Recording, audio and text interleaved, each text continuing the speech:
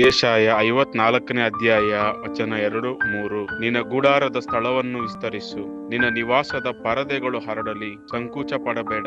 ನಿನ್ನ ಹಗ್ಗಗಳನ್ನು ಉದ್ದ ಮಾಡಿ ಗೂಟಗಳನ್ನು ಬಲಪಡಿಸು. ನೀನು ಎಲ್ಲಾ ಕಡೆಗಳಲ್ಲಿಯೂ ಹಬ್ಬಿಕೊಳ್ಳುವಿ. ನಿನ್ನ ಸಂತಾನದವರು ಜನಾಂಗಗಳನ್ನು ವಶ ಮಾಡಿಕೊಂಡು ಹಾಳು ಪಟ್ಟಣಗಳನ್ನು ಜನಭರಿತವಾಗುವಂತೆ ಮಾಡುವರು. Isaiah chapter 53 verse 2-3. Enlarge the place of your tent. Stretch your tent curtains wide. Do not hold back.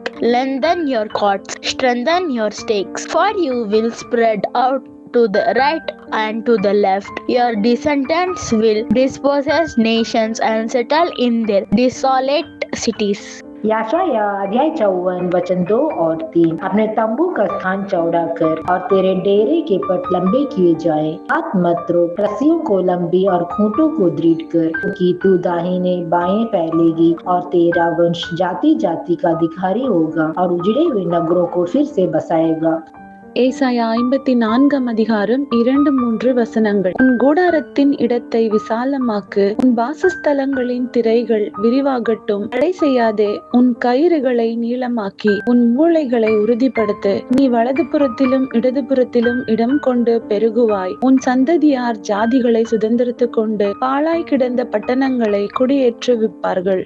యెషయా 54వ అధ్యాయం 2-3 వచనం. నీ గుడారపు స్థలములను విశాలపరచుము, నీ నివాస స్థలముల తెరలు నిరాటంకముగా సాగనిమ్ము. నీ త్రాళ్లను పొడుగు చేయుము, నీ మేకులను దిగగొట్టుము. కుడి వైపునకును ఎడమ వైపునకును నీవు వ్యాపించెదవు.